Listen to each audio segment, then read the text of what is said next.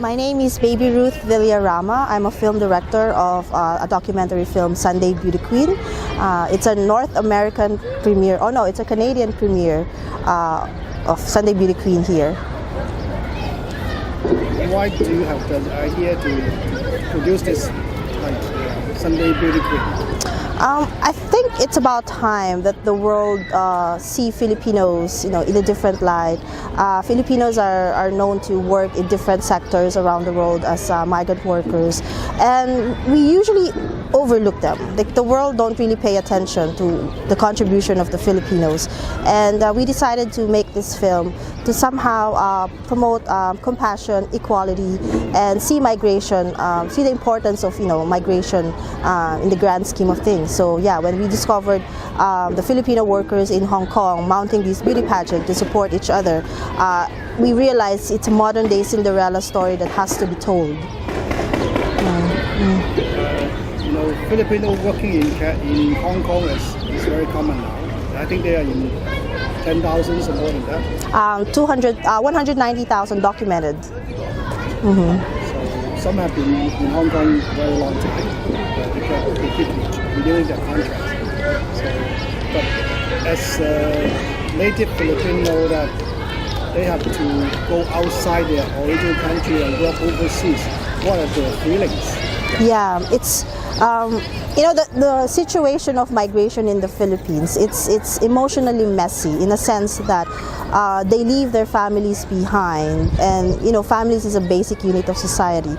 And this distance, that's keeping them away from each other, it has its effect back home, and it's very hard to qualify or even quantify, the impact that this has been causing the country. But these Filipino workers, they have become economic warriors for the country, and also as considered as heroes back home, because they're really sending about $30 billion per year to support the Philippine economy. So it's really a major sacrifice for them to leave their families, of course, to be able to support them, and at the same time the irony of being able to also support the country in the big picture.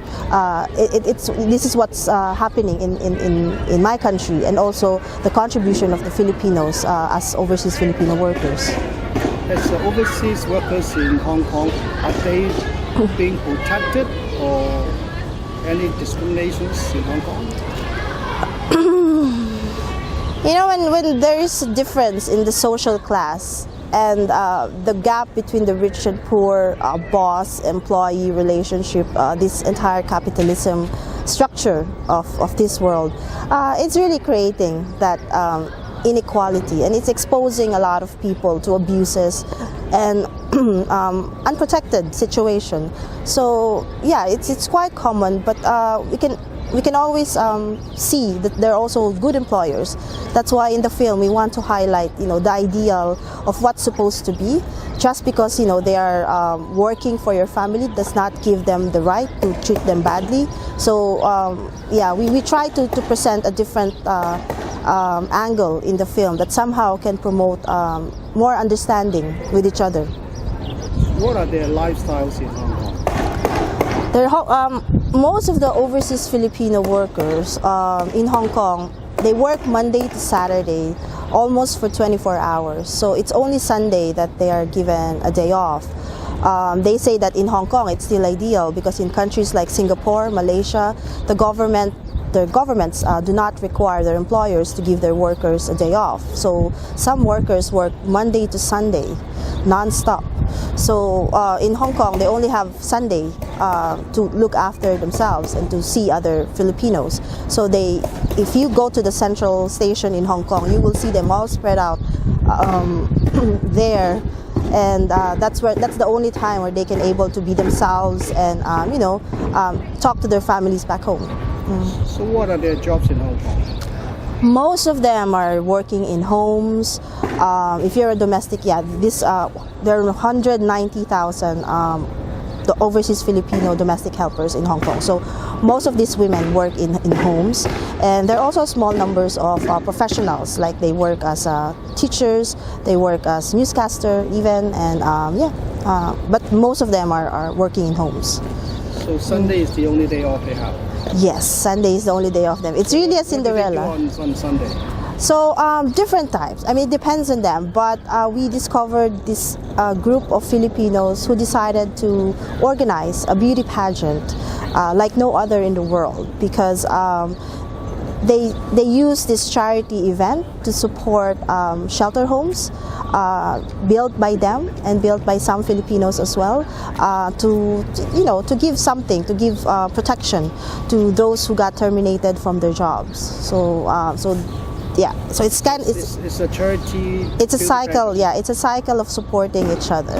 That's why they organize this beauty pageant, and it's also entertaining because you get to see the culture of the Filipino and how they interact with each other, their weaknesses, their strength, their dreams and hopes, and along the way we understand better the definition of beauty, equality, and how it feels like to live in a foreign land. So what are their futures?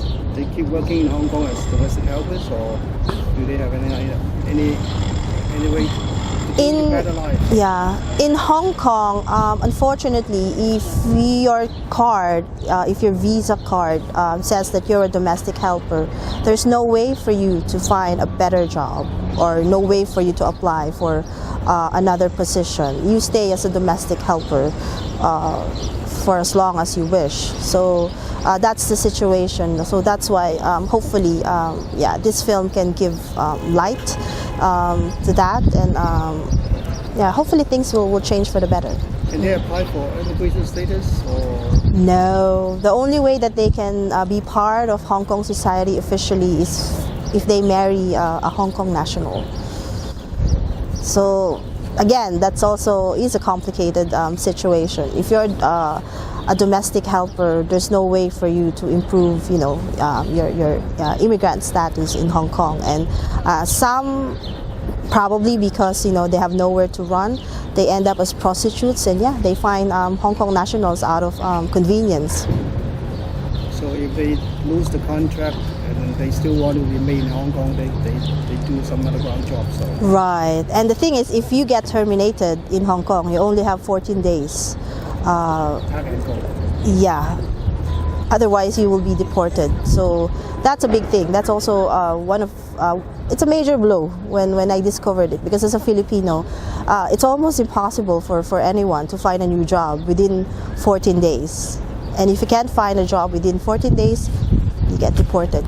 But when they go back to Philippines, they can still apply a new job? Or? Yeah, when they go back to the Philippines, they can still apply for a new job. But the thing is, they have to pay placement fees, training fees, find another recruitment agency, or probably pay the same recruitment agencies that got them in the first place. So it's this cycle of economic abuse that they're experiencing. So they prefer if they can find a job locally that saves a lot of money, right? Oh yeah, I mean most of them, if not all of them, would prefer to stay in the Philippines because they have families, they have children growing up. By themselves, because the first time that you mentioned that they have to go for employment agency, in government license, visa, a lot of things.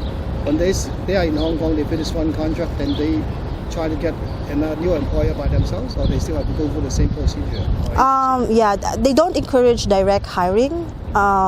It's actually under the table to apply for a new employer by themselves, and if the government finds out that the employer hires the worker without undergoing the proper process, then they can get in trouble. But these are happenings because some employers are also feeling they're also concerned to their workers, so they build this certain relationship, like, okay, I know someone who can give you a job, then you can probably you can work for them. But these are all under the table. Mm-hmm. So how long have been making this production? Sunday Beauty Queen is a co-production with Tokyo Docs, and we filmed it in a span of 4 years. 4 years. Yeah, so we get to really know the Sunday Beauty Queens, their stories, their struggles, their joy and their pain. So it's a roller coaster of emotions for them and for us, witnessing their lives unfolding. So before filming the documentary, Have you ever been to Hong Kong? Yes, Hong Kong is a place where it's very near the Philippines. Hong Kong is very near the Philippines, so most of the time, at least once a year, we go there to attend the Hong Kong Film Mart. It's where the biggest film market is every year. So yeah, every March we go there, and that's actually how we discovered the Sunday Beauty Queens. One Sunday afternoon, we decided to walk around the park. Through this 4 years production process, what do you think you get from this process by yourself? Any inspiration? Anything you want to do in the future? Well, personally, because my mother also worked as a domestic helper, I never got a chance to meet her. So this film is sort of like, I guess, my coming into terms of my own experience, to be able to understand how it feels like, to make those choices in life, just to be able to give something to one's family. So for me to be able to understand, these domestic helpers, and to give them a new sense of respect, and to be able to give them the recognition that they deserve, that's priceless for me. But to be able to change policies, with all this, the 14-day rule, the recruitment processing, then I feel if that happens, then this film will serve its purpose, because we're living in a world where people don't really bother to care about other people. I guess because most of us are also dealing with our own issues in life, and hearing sad stories of other people makes us, more sad. So if this film is able to inspire other people and to encourage them that, hey, if your life is bad, other people are trying to make it work for them. That sense of inspiration, that sense of being able to get by.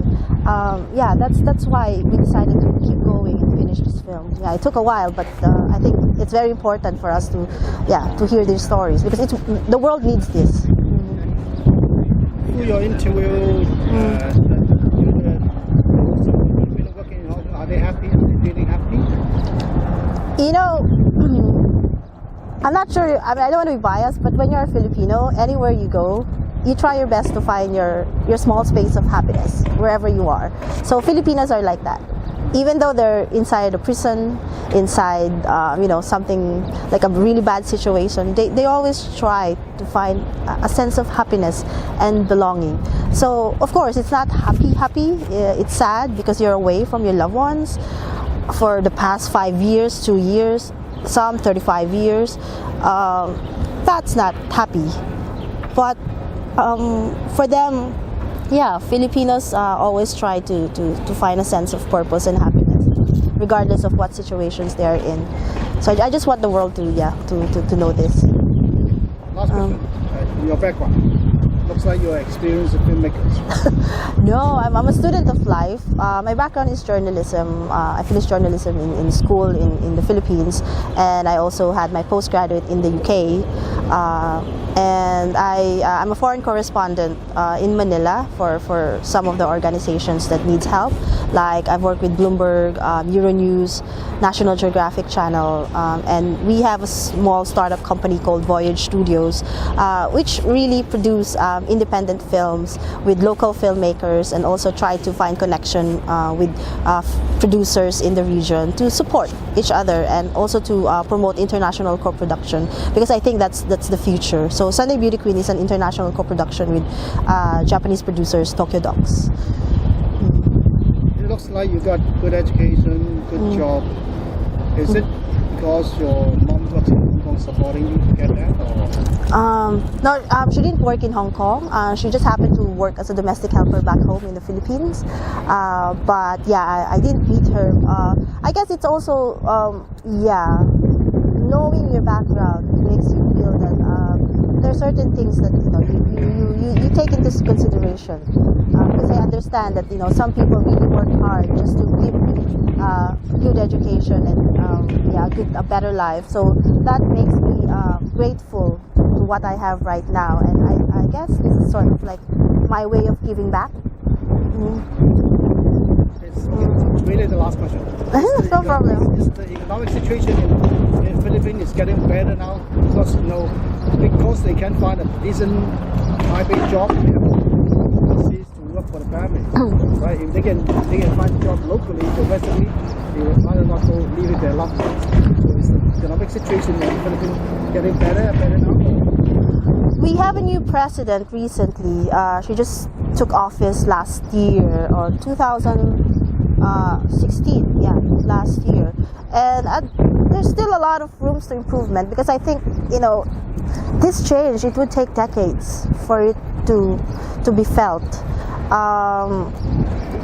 We're talking about 100 million Filipinos living in a very small island. So obviously opportunities are not enough in the country. Although migration is a common thing, not only for Filipinos, but to all parts of the world. But I just hope that for people to migrate because of choice, because of their choice, not because of they don't have a choice, if you know what I mean.